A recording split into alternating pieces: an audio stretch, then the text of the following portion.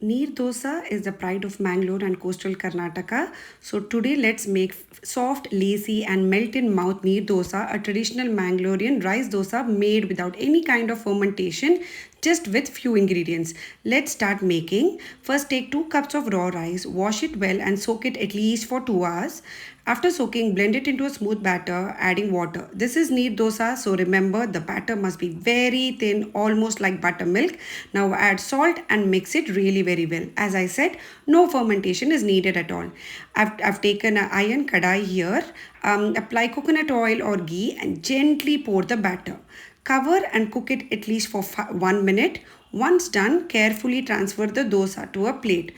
This particular plate is called as kudupu in Tulu, which you'll find it in almost every Mangalorean home. Fold the dosa into a triangle shape and serve it hot with the coconut chutney or chicken curry or chicken stew or even chicken pulimunchi, which is our Mangalorean delicacy. Simple, traditional, delicious. As I always say, enjoy your food. This neer dosa is my mom's secret recipe. People make neer dosa in different variants. However, this is my mom's recipe. Few of them add egg as well.